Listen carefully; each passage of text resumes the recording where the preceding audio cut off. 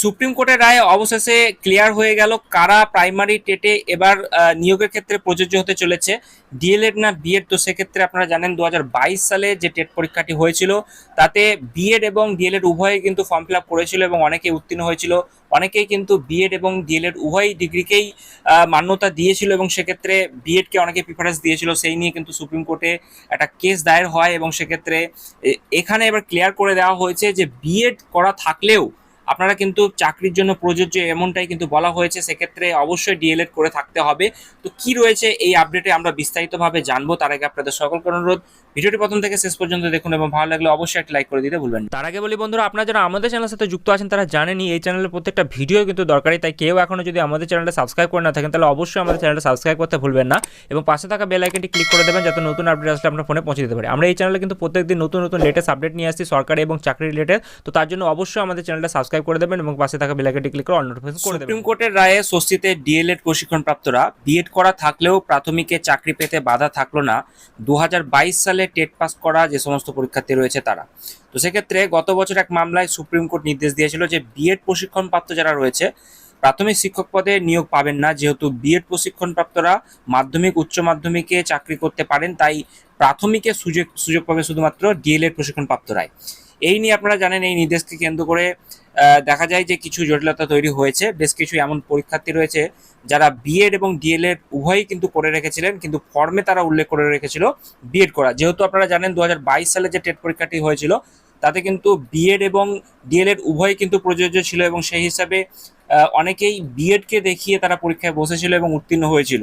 তো সম্প্রতি উভয় প্রশিক্ষণ নেওয়া প্রার্থী যারা রয়েছে সে সমস্ত প্রার্থীরা কলকাতা হাইকোর্টে এই মর্মে কিন্তু আবেদন করেছিলেন যে বিএড প্রশিক্ষণ পাওয়ায় তারা চাকরি যদি পেতে অযোগ্য হয়ে থাকেন, তবে ডিএলএড করায় যেটা করা রয়েছে সেই ডিএলএড করা থাকায় যার যোগ্যতাও কিন্তু তাদের বটে। তো হাইকোর্টে জানায় যে ডিএলএড করা থাকায় তাদের চাকরি পেতে কিন্তু কোনো রকম সমস্যা নেই বা আপত্তি নেই। তবে কলকাতা হাইকোর্টের এই যে রায়, এই রায়কে চ্যালেঞ্জ করে সুপ্রিম কোর্টে আসে প্রাথমিক শিক্ষা পর্ষদ। তাদের বক্তব্য ছিল যে প্রার্থীরা যখন নিজেদের বিএড প্রশিক্ষণপ্রাপ্ত হিসেবে উল্লেখ করেছেন তাহলে কোন যুক্তিতে তাদের চাকরি দেওয়া হবে। তো এদিন সুপ্রিম কোর্টের বিচারপতি ঋষিকেশ রায় তিনি জানাচ্ছেন যে বিচারপতি SBN ভাট্টি যিনি রয়েছেন তার বেঞ্চ নির্দেশ দেয় যে প্রার্থীরা ফর্মে যাই উল্লেখ করে থাকুন না কেন তাদের যদি ডিএলএড প্রশিক্ষণ নেওয়া থাকে তবে তারা প্রাথমিকে চাকরি পাওয়ার যোগ্য, ফলে চাকরি পেতে আর কোনো রকম বাধা থাকলো না ডিএলএড প্রশিক্ষণপ্রাপ্ত প্রার্থীদের। তো একাধিক প্রশ্ন আপনাদের কাছে এসেছে, দাদা আমরা তো 2022 সালে ডিএলএড পাস করে রেখেছি এবং আমরা ফর্মে ভুল করে বিএড করা ছিল, সেক্ষেত্রে সেটাও কিন্তু দিয়ে দিয়েছি। তো ডিএড বিএড এই যে একটা সমস্যা তৈরি হয়েছিল আমরা পাস করে রেখেছি, তাহলে আমাদের কি প্রযোজ্য হবে? এবার সুপ্রিম কোর্টের রায়ে কিন্তু সমস্ত কিছু ক্লিয়ার হয়ে গেছে। এখন অস্বস্তিতে পড়েছে আমরা দেখতে পাচ্ছি পর্ষদ, প্রাথমিক শিক্ষা পর্ষদ এই নিয়ে কিন্তু অস্বস্তিতে পড়েছে। যেহেতু সুপ্রিম কোর্টের শুনানিতে এটা ক্লিয়ার হয়ে গিয়েছে, তো এবার কিন্তু বাধ্য পশ্চিমবঙ্গ সরকার যে এই সমস্ত ক্যান্ডিডেট যারা রয়েছে তাদেরকে নিয়োগ করতে। তো দেখা যাক, এদের কিন্তু এখনো পর্যন্ত ইন্টারভিউর কোনো রকম নোটিফিকেশন আসেনি। তবে আপনাদেরকে জানিয়ে রাখি খুব তাড়াতাড়ি এই সমস্ত ক্যান্ডিডেট যারা রয়েছে 2022 সালে যারা টেট পাস করে রেখেছে তাদের ইন্টারভিউর যে প্রসেস সেটা কিন্তু শুরু হতে চলেছে। এই রায় অনেকটাই কিন্তু প্রভাব ফেলবে এবং সেক্ষেত্রে কম্পিটিশন কিন্তু অনেকটাই বাড়বে, যেহেতু অনেকেই বাদ চলে গিয়েছিল বিএড করে রাখা যে সমস্ত ক্যান্ডিডেট রয়েছে এবং তাদের মাথায় কিন্তু হাত ছিল এবং সেক্ষেত্রে একটা হাইকোর্টে আমরা দেখেছিলাম যে মামলা হয়েছিল এবং সেই মামলা আপনারা দেখলেন যে সুপ্রিম কোর্টে গড়ায় এবং সুপ্রিম কোর্টে সেটা কিন্তু সমস্ত কিছু ক্ল্যারিফিকেশন দিয়ে দেওয়া হয়েছে। তো যাই হোক, এই রায় অনেকটাই স্বস্তিতে এবং সেক্ষেত্রে পরবর্তীকালে যে নিয়োগগুলো হবে সেখানে কিন্তু বিএড প্রশিক্ষণ যারা করে রেখেছে তারা কিন্তু প্রাইমারি প্রসেসে কোনো রকমভাবে অংশগ্রহণ করতে পারবে না। তবে অলরেডি যারা উভয় ডিগ্রি থাকা সত্ত্বেও বিএডকে প্রিফারেন্স দিয়ে পরীক্ষায় বসেছিল এবং পাস করে রেখেছে এবং ডিএলএড কোর্স তাদের করা রয়েছে, তাদের ক্ষেত্রে কোনো রকম সমস্যা হবে না, তারা কিন্তু চাকরিতে প্রযোজ্য হতে চলেছে।